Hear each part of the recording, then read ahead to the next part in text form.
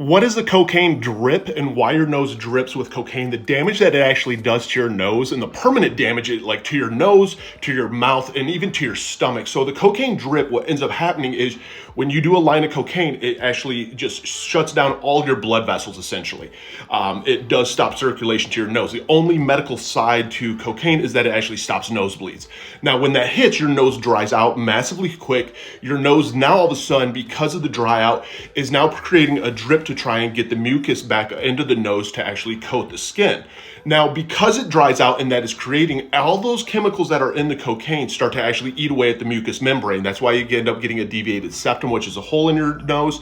You also can get a concave nose where your nose literally detaches from your face. The cartilage burns away and your nose can sink in. You also can get the burn on the top of your mouth all the way up into your nose. And then you also get huge holes into your sinuses, which is the damage that I have. Now, all this damage up here is permanent. And now when it drips down, what ends up happening is now that gets into your mouth, so it can eat away at your gums, it eats away at your teeth. It eats away at all this. Now, you can get a form of meth mouth essentially from cocaine because it also gives you dry mouth. Now, it goes down into your stomach and it can create GERD, which is the upset stomach, the vomiting.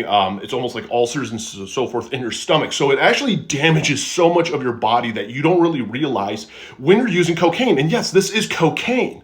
This isn't any other drug than that. That 15-minute high is doing that much damage alone to those different areas, and that is something that a lot of people don't realize. And that's why I share, is to educate on this, because it is a fight, it's a battle. When you decide to get sober, I got sober 7/25/17. It is one day at a time. It's finding what works for you, whether it's inpatient treatment, outpatient treatment, therapy, therapist, medication, NAAA. There's a lot of different programs out there, and you're probably going to use a few of them to get sober. But the thing is fighting for it every single day. So for the one out there doing it right now, I am proud of you. Don't give up. It does get better.